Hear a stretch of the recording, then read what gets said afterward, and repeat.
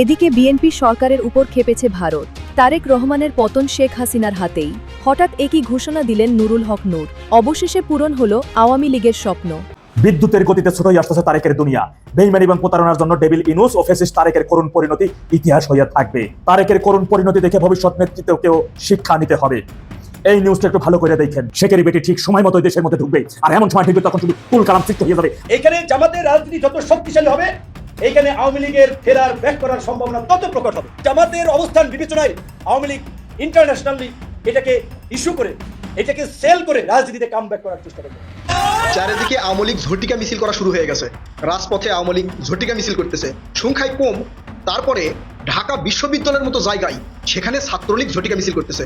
চিন্তা করেন, ঝোপ বুঝা কূপ মারবে, সুযোগ বুঝা সুই হয়ে ঢুইকা ফাল হয়ে বের হবে। আপনি বলছেন বিএনপি সরকার ভারতের কথা রাখছে না, তাহলে কি শেখ হাসিনাকে বাংলাদেশের রাজনীতি করার বিষয়ে ভারত কি বর্তমান সরকারের উপর চাপ দিতে পারে? দর্শক, নতুন একটা নিউজ আপনাকে স্বাগতম। প্রিয় দর্শক, বাংলাদেশের মধ্যে ঘটে যাওয়া বেশ কিছু চলমান ঘটনাবলী থেকে আপনাদের সামনে কয়েকটা গুরুত্বপূর্ণ খবর নিয়ে হাজির হয়েছে, যার কিছুটা অংশ বিশেষ ইতিমধ্যেই ভিডিওর শুরুতেই দেখেছেন। দর্শক, ভিডিওর শুরুটা দেখেই কিন্তু বুঝতে পেরেছেন যে আজকের নিউজটা ঠিক কতটা গুরুত্বপূর্ণ হতে চলেছে। তাই বলবো, যারা ভিডিওটি অন করেছেন না টেনে সম্পূর্ণ নিউজটি মনোযোগ সহকারে দেখতে থাকুন, তাহলে আজকের মূল বিষয়টা বুঝতে পারবেন। তো দর্শক, আর দেরি না করে চলুন দেখে আসবো আজকের সেই কাঙ্ক্ষিত ভিডিওগুলো। তবে তার আগে বলবো, যারা এখনো চ্যানেলটি সাবস্ক্রাইব করেননি অবশ্যই চ্যানেলটি সাবস্ক্রাইব করে পাশে থাকা বেল আইকনটি ক্লিক করে দিন। আর যারা ইতিমধ্যেই চ্যানেলটি সাবস্ক্রাইব করে রেখেছেন তাদেরকে অসংখ্য ধন্যবাদ। তো চলুন দর্শক, ভিডিওটিতে একটি লাইক দিয়ে আমরা ধারাবাহিকভাবে সবগুলো ভিডিওর আলোচনা দেখে আসি। বিদ্যুতের গতিতে ছোটই আসতেছে তারেকের দুনিয়া। বেইমানি এবং প্রতারণার জন্য ডেভিল ইনুস ও ফ্যাসিস্ট তারেকের করুণ পরিণতি ইতিহাস হইয়া থাকবে। তারেকের করুণ পরিণতি দেখে ভবিষ্যৎ নেতৃত্বকেও শিক্ষা নিতে হবে। এই নিউজটা একটু ভালো করে দেখেন। দক্ষিণ এশিয়ার 11টা দেশ নিয়ে সামরিক মহড়া করতে যাইতেছে দিল্লি, কিন্তু তালিকায় নাম নাই বাংলাদেশ। তাহলে বুঝতে পারতেছেন খেলা কোন দিক দিয়ে যাইতেছে। 2 মাস আগে বলেছিলাম সেই কিছু পুরানা কথা আপনাদের একটু স্মরণ করাই দিই, ভালো করে মন দিয়ে শুনবেন। মায়ের অন্তিম সময় কুমোর ভাঙ্গা যে পোলাটা লন্ডন থেকে ফেসবুক লাইভে এসে অনুবিনয় করে বলতেছিল দেশে এই সময় দেশে আসার বিষয়টা একান্ত আমার উপর নির্ভর করে না। তাহলে সেই ছেলেটা হুট করে তার কিছুদিনের মধ্যে কিভাবে দেশে আসলেন, মায়ের জানাজা সম্পন্ন করলেন, আগে পরে কোনোদিন মেম্বার চেয়ারম্যান হয় না, এমপি হয় না, সে হুট করে দেশের প্রধানমন্ত্রী হয়ে গেলেন, কেমনে সম্ভব? আপনারা দেখেছেন তারা জানাজার আগেই ভারতের প্রধানমন্ত্রী শোক বার্তা নিয়ে স্বয়ং পররাষ্ট্রমন্ত্রী নিজে বাংলাদেশে উপস্থিত হয়ে গেলেন। এমনকি তারেক প্রধানমন্ত্রী হওয়ার পরপরই সর্বপ্রথম ভারতের প্রধানমন্ত্রী তাকে শুভেচ্ছা জানাইলেন। তাহলে বুঝতে পারতেছেন বিতর্কত দিকটি। নির্বাচনের আগে কিন্তু যুক্তরাষ্ট্র থেকে তারা বাংলাদেশকে সাপোর্ট করেছিল জামাতকে, তারা বলেছিল আমরা জামাতকে ক্ষমতায় দেখতে চাই। তাহলে বিশ্বের মোড়লদের যেখানে জামাতকে দেখতে চাই বাংলাদেশের ক্ষমতায়, সেইখানে সংসদে 1/3 আসন নিয়ে কিভাবে সরকারে আসলো বিএনপি? এমনকি নির্বাচনের পরে বিএনপি যখন বিজয়ী হয় তখন যুক্তরাষ্ট্রের গোয়েন্দা শাখার প্রধান তুলসী গ্যাবার্ট ভারতের পররাষ্ট্র মন্ত্রণালয়ে ফোন করে বলেছিলেন এবার আপনারা জিতে গেলেন। এবার প্রশ্ন করতে পারেন দিল্লি কেন তারেক এবং বিএনপির এত সহযোগিতা বা সাপোর্ট করলেন? দিল্লি তারেকের এত সহযোগিতা করার আগে তাদের মধ্যে একটা গোপন আলোচনা ও চুক্তি হয়। যে আলোচনায় মির্জা ফখরুল ইসলাম উপস্থিত ছিলেন। 10টা চুক্তি হয়, যে চুক্তির মধ্যে অন্যতম ছিল দেশের গণতন্ত্র রক্ষা করা, অর্থাৎ আওয়ামী লীগের উপর থেকে নিষেধাজ্ঞা তুলে নেওয়া এবং আওয়ামী লীগ সভানেত্রী জননেত্রী শেখ হাসিনার বিরুদ্ধে হওয়া রায়গুলো বাতিল করে দেওয়া, চায়না এবং পাকিস্তানের সাথে দূরত্ব বজায় রাখা, দেশের মধ্যে স্বাধীনতা বিরোধী যারা আছে তাদের বিষয়ে জিরো টলারেন্স নীতি নেওয়া, এমনকি জঙ্গি এবং উগ্রবাদী সন্ত্রাসীদের বিষয়ে জিরো টলারেন্স নীতি অবস্থান নেওয়া। দিল্লির সাথে করা সেই 10টা চুক্তির একটা চুক্তি বাস্তবায়ন তো তারেক করেই নাই, বরং সবগুলো সেই উল্টা দিক দিয়ে চলতেছে। দেখছেন সে পাকিস্তান এবং চায়নার সাথে তাদের সম্পর্ক কি। বাংলাদেশের পররাষ্ট্রমন্ত্রী যখন দিল্লিতে সফর আসেন, ঠিক অন্যদিকে আবার মির্জা ফখরুল তার দলবল নিয়ে চায়নাতে সফরে গেলেন। সেখানে গিয়ে তারা বললেন যে চায়নার যে নীতি আছে সেই নীতিতে তারা বিশ্বাস করে। অন্যদিকে পাকিস্তানের সাথে যেন মাসতুত ভাই, বাংলাদেশের শীর্ষ 11 জন সরকারি কর্মকর্তা ট্রেনিং এ যাইতেছে পাকিস্তানের তার সচিব মর্যাদা। তাহলে সচিবগণেরা পাকিস্তান থেকে কি ট্রেনিং নেবেন জঙ্গিবাদী ছাড়া? অন্যদিকে ডেভিল ইনুসের করা আওয়ামী লীগের নিষেধাজ্ঞাকে আইনে পরিণত করে শাস্তির বিধান রাখা হয়েছে। শুধুই তাই না, দেশের মধ্যে থাকা জঙ্গি এবং সন্ত্রাসীদের আশ্রয় দেওয়ার জন্য তারেক সরকার বলতেছে দেশে কোনো জঙ্গিবাদী নাই। অন্যদিকে পুলিশ হেডকোয়ার্টার থেকে বলতেছে শীর্ষ জঙ্গিরা দেশে বড় সড় নাশকতা তৈরির প্রস্তুতি নিতেছে। এই নিয়ে এয়ারপোর্ট গুলো তারা নিরাপত্তা জোরদার করলো, আর সরকার বলতেছে জঙ্গি নাই। বুঝছেন, কিন্তু সংসদে স্বয়ং তারেক নিজে দাঁড়াইয়া বলতেছে ডেপুটি স্পিকারের পদ জামাতের জন্য অপেক্ষা করতেছে। শোনা যাচ্ছে উপপ্রধানমন্ত্রীর পদ বানাইয়ে সেটা জামাতিদের মধ্যে ভাগ করে দেওয়া হবে। শুধু তাই নয়, রাষ্ট্রপতির জন্য ডেভিল ইনুসকে তালিকাভুক্ত করা হয়েছে। আর এইগুলো সবই হচ্ছে মার্কিনী ডিপ স্টেটের প্রেসক্রিপশন অনুযায়ী। ভাঙ্গা কোমরে কোন রকম সোজা হইয়া দাঁড়াইয়া দারাজ কণ্ঠে তারেক বলতেছে আমরা হাড্ডি নিয়ে যদি কুত্তাগুলো তো কামড়া কামড়ি করি তাহলে তো জুলাই আগস্ট স্নান হইয়া যাবে।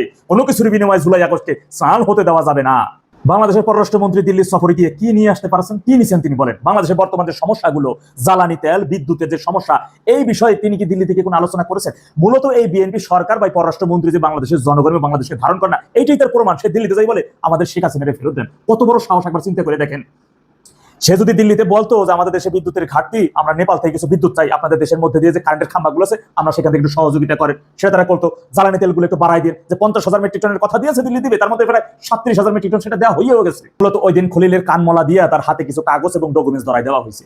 বাংলাদেশের কোথায় কোথায় জঙ্গি আছে, কোথায় কোথায় জঙ্গির অবস্থান, তাদের ঘাঁটি আছে, এইগুলো সমস্ত তথ্য প্রমাণ সহ খলিলের হাতে দিয়ে দেওয়া হয়েছে। তারেক সরকার বলে দেশে জঙ্গি নাই। এত জঙ্গি কই থেকে আসলো? এই যে বিমান বাহিনীর মধ্যে আপনারা দেখলেন অভিযানের মাধ্যমে অফিসারের পদে থাকা একেবারে 4 জন প্রত্যক্ষ জঙ্গিকে তারা গ্রেপ্তার করেছে, আরো 10 জনকে গ্রেপ্তার করেছে জিজ্ঞাসাবাদের জন্য। বেশ কিছুগুলো পালা যেতে সফল হয়েছে, এটা সরকারের ছত্রছায়ায় তারা পালা যেতে সফল হয়েছে। ফেসিস্ট তারেক এবং জামাতিরা নিজেদেরকে অনেকবার বুদ্ধিজীবী মনে করে। তারেক এটা ভুলে গেছে যে যারা গাছে উঠাইতে পারে এরা গাছ থেকে টাইনে নামাইতেও পারে। বাংলাদেশের জনগণকে এটা বিশ্বাস করতে হবে যে বাংলাদেশ থেকে কোনো সম্পদ নেওয়ার মতো মানসিকতা দিল্লির নাই, বরং সেটা সাম্রাজ্যবাদ যুক্তরাষ্ট্রের আছে।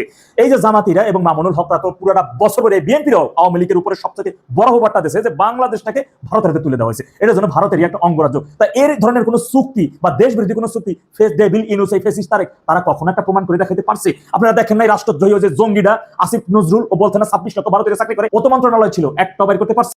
এখন প্রশ্ন করতে পারেন তাহলে বাংলাদেশ ঘিরে দিল্লির স্বার্থটা কি?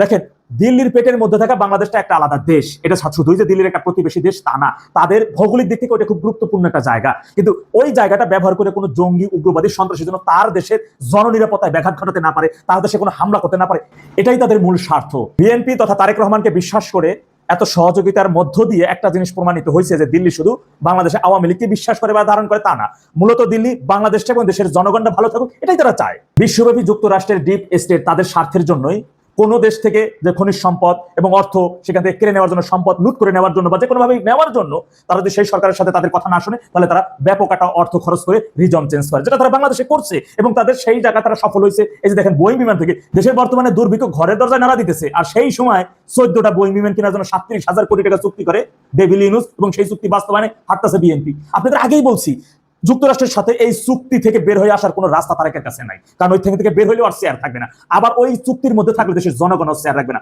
সুতরাং আগামীতেই দেশের জনগণই তারেকের এই বেইমানি এবং প্রতারণার জন্য সেই শাস্তি জনগণই দেবে।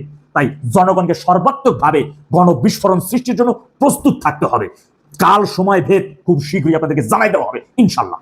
বুঝে নিতে হবে বাহিরগত বিষয় বিদ্যুতের গতিতে আগাই আসতেছে, কিন্তু ভিতরগত ভাবে আমার 71 কামী ভাইরা জনগণকে সাথে নিয়ে গণবিস্ফোরণ সৃষ্টির জন্য সর্বোচ্চ ভাবে মানসিক প্রস্তুতি নিয়ে রাখতে হবে। দিন কোন সময় ঠিক সময় মতো জানাই দেওয়া হবে। তারেকের কথা বা ইচ্ছার উপর নির্ভর করে শেখ হাসিনা দেশে আসবে না, শেখের বেটি ঠিক সময় মতো দেশের মধ্যে ঢুকবে, আর এমন সময় ঢুকবে তখন শুধু তুলকালাম সৃষ্টি হয়ে যাবে। আপনাদের সর্বোত্তক শক্তি নিয়ে এমন গণবিস্ফোরণ সৃষ্টি করতে হবে যে গণবিস্ফোরণের মধ্য দিয়ে মূলত সমস্ত জঙ্গি, দেশ বিরোধী, স্বাধীনতা বিরোধী এগুলো সব ধূলিসাৎ হয়ে যাবে, মাথা ভাঙা কোমর ভাঙা, এগুলোর অস্তিত্ব খুঁজে পাওয়া যাবে না। সেই গণবিস্ফোরণ সৃষ্টি করতে হবে, সেই তুফান সৃষ্টি করতে হবে আপনাদেরকে। সময় কিন্তু বেশি দূরে নাই। পশ্চিমবঙ্গ কি পারবে শেখ হাসিনাকে বাংলাদেশের রাজনীতিতে ফেরাতে, ক্ষমতার মসনদে ফেরাতে? দিল্লির মসনদ ও ঢাকার ভাগ্যে এক অবাক সমীকরণ নিয়ে এই মুহূর্তে কথা বলবো, যেটি গণমাধ্যমের আলোচনারও বিষয় নয়, এটি আমার চিন্তা প্রসূত একটি বিষয় যে পশ্চিমবঙ্গের মসনদে পরিবর্তন আসতে যাচ্ছে কিংবা থেকে যেতে যাচ্ছে। আপনারা জানেন ইতিমধ্যে যে পশ্চিমবঙ্গের বিধানসভা নির্বাচন 2 ধাপে গত 23 এপ্রিল এবং 29 এপ্রিল অনুষ্ঠিত হয়েছে। আগামীকাল দিন বাদে পরশু দিন আগামী 4 মে বা 4 মে পশ্চিমবঙ্গের বিধানসভা নির্বাচনের আমরা হয়তো ফলাফল পেয়ে যাব, এবং এই ফলাফলের মাধ্যমে পশ্চিমবঙ্গের মসনদে কে বসছে সেটি নির্ণীত হয়ে যাবে। আমরা ইতিমধ্যে এক্সিট পোল বা বুথ ফেরত ফলাফল জেনেছি। পশ্চিমবঙ্গ বাংলাদেশের জন্য কেন গুরুত্বপূর্ণ সেটি একটু যদি আপনি চিন্তা করেন বা একটু দেখেন তাহলে আপনার কাছে অনেক কিছু পরিষ্কার হয়ে যাবে। আমরা জানি দিল্লির সাথে ঢাকার সম্পর্কের রসায়ন সবসময় ছিল গভীর, কিন্তু সাম্প্রতিক সময়ে প্রশ্ন উঠছে বাংলাদেশের রাজনীতিতে শেখ হাসিনার ভবিষ্যৎ কি শেষ পর্যন্ত নির্ধারিত হবে পশ্চিমবঙ্গের হাত ধরে? এই মুহূর্তের ভিডিওতে আমরা একটি বিশেষ সমীকরণ বিশ্লেষণ করব। আপনি কি কখনো ভেবেছেন যে পশ্চিমবঙ্গ মসনদ বিজেপি দখলের সাথে শেখ হাসিনার বাংলাদেশ দখলের বা ফেরার যোগসূত্র কি? অনেকে মনে করেন পুরো ভারতের সাথে বাংলাদেশের সম্পর্ক আসলে নির্ধারিত হয় কলকাতা বা পশ্চিমবঙ্গ দিয়ে। কেন এমন মনে করা হয়? গঙ্গা তিস্তার জল বন্টন থেকে শুরু করে ব্যবসা বাণিজ্য সবকিছুর আসল অনুঘটক কি সত্যিই পশ্চিমবঙ্গ? আমাদের আলাপের প্রথম ও প্রধান ভিত্তি হলো পশ্চিমবঙ্গের রাজনৈতিক পরিবর্তন।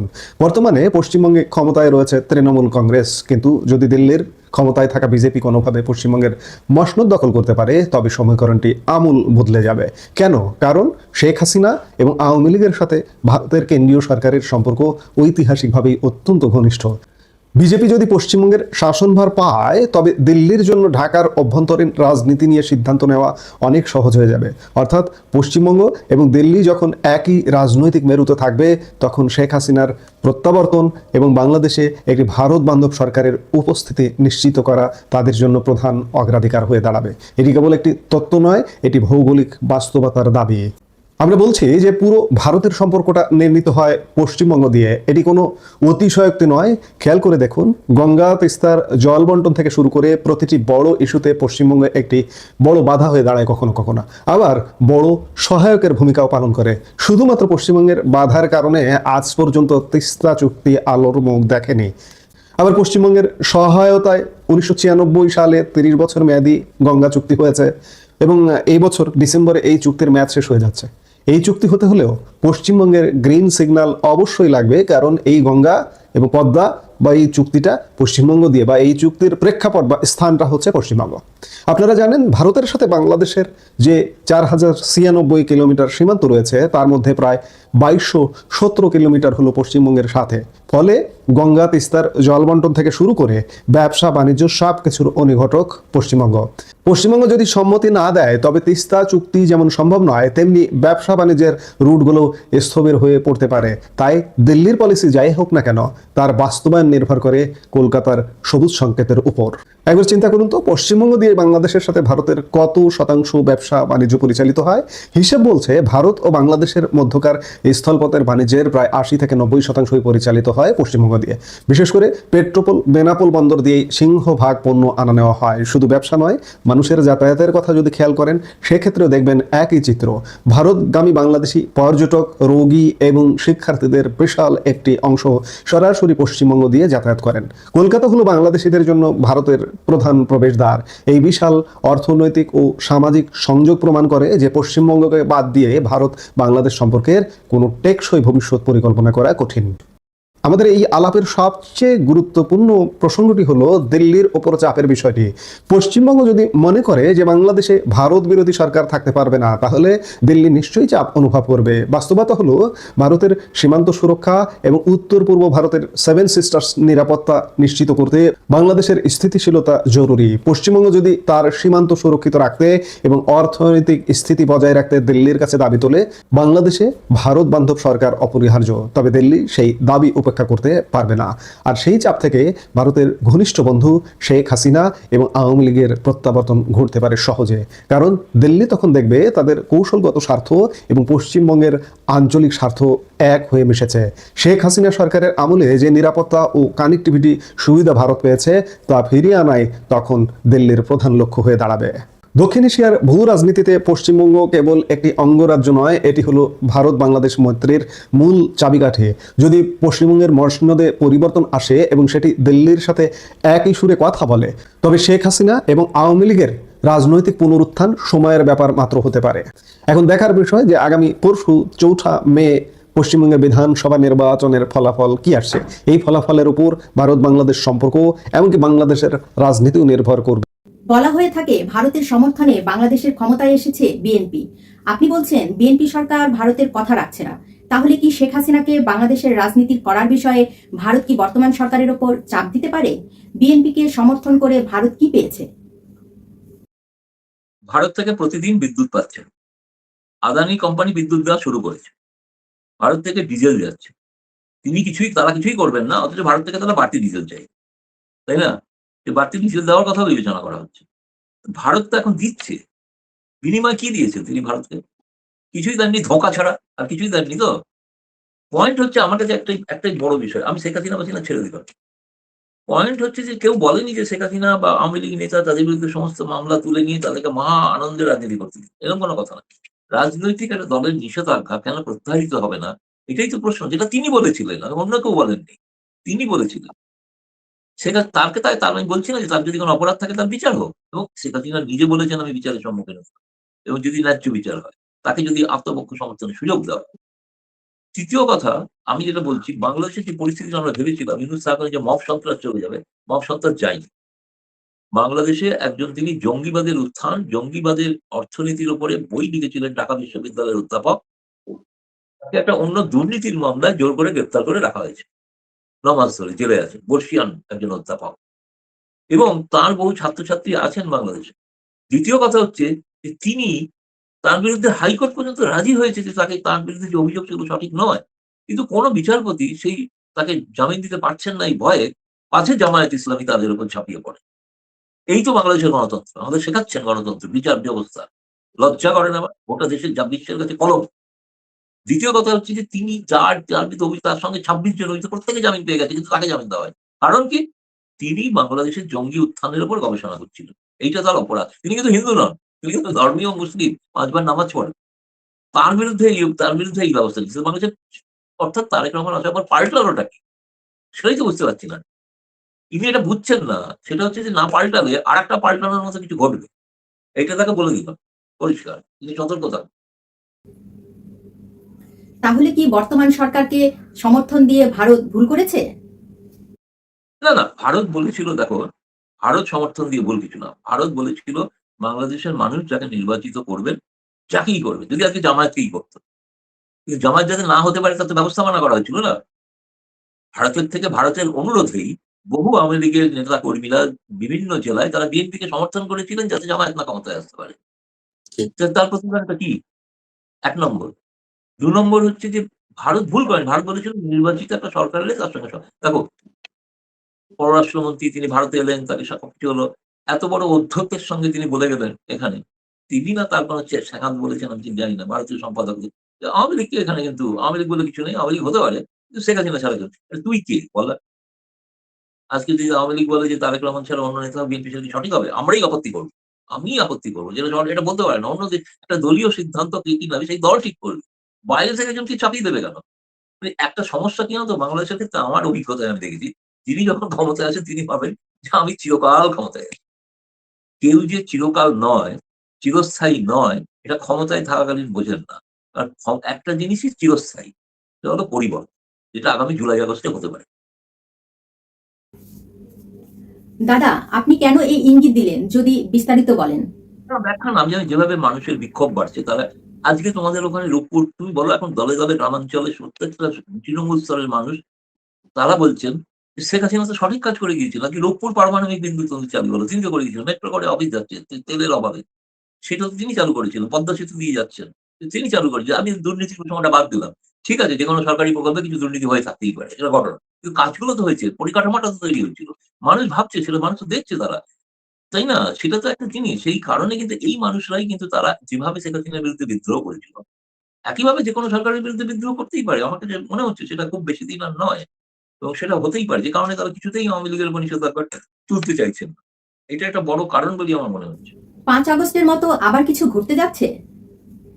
না, আমি দেখো, আমি ভবিষ্যৎবাণী করতে পারি না, আমি জ্যোতিষী নই, কিন্তু আমি বলছি তোমাদের বাংলাদেশটা না, আগস্ট মাসটা চিরকাল ইতিহাস করে দেখো, আগস্ট মাসটা সেই বঙ্গবন্ধুর হত্যা থেকে শুরু, সব ঘটনা আগস্টেই ঘটে। উইথ রেসপেক্ট আমি বলছি, এইখানে জামাতের রাজনীতি যত শক্তিশালী হবে, এইখানে আওয়ামী লীগের ফেরার ব্যাক করার সম্ভাবনা তত প্রকট হবে। আজকে এই 24-এর গণ অভ্যুত্থানের পরে এই 2025-এর তফসিল অনুযায়ী যে 26-এ নির্বাচন হলো, এই নির্বাচনে যদি বিএনপি ছাড়া অন্য কারো হাতে ক্ষমতা যেত, বাংলাদেশে গৃহযুদ্ধ শুরু হতো, বাংলাদেশ স্বাধীনতা সার্বভৌমত্ব হুমকির মধ্যে পড়তো।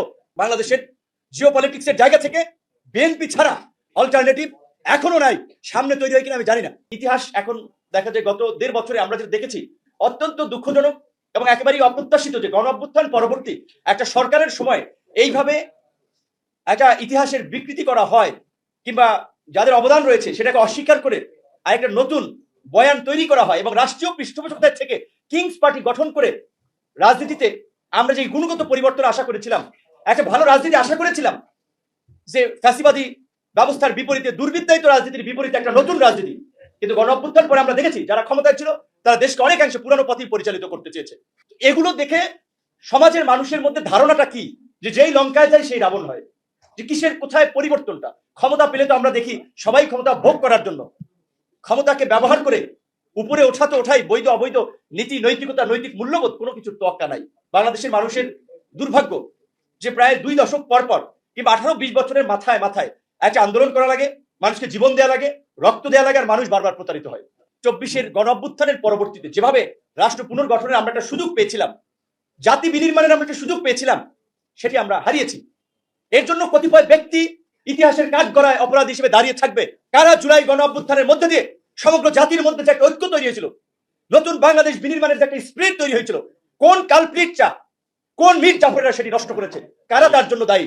মূল্যায়ন পেয়েছি ডক্টর ইউনূসের 18 মাস ক্ষমতায় থাকাকালীন সময় পেশাজীবী অধিকার পরিষদ তো দূরের কথা, আমরা এই যে আন্দোলন প্রেক্ষাপট তৈরিতে এত রক্ত দিয়েছি, এতবার আহত হয়েছি, সাক্ষাৎ সময়সূচি পেয়ে একটি বার ডক্টর ইউনূসের সাক্ষাৎ আমরা পাইনি।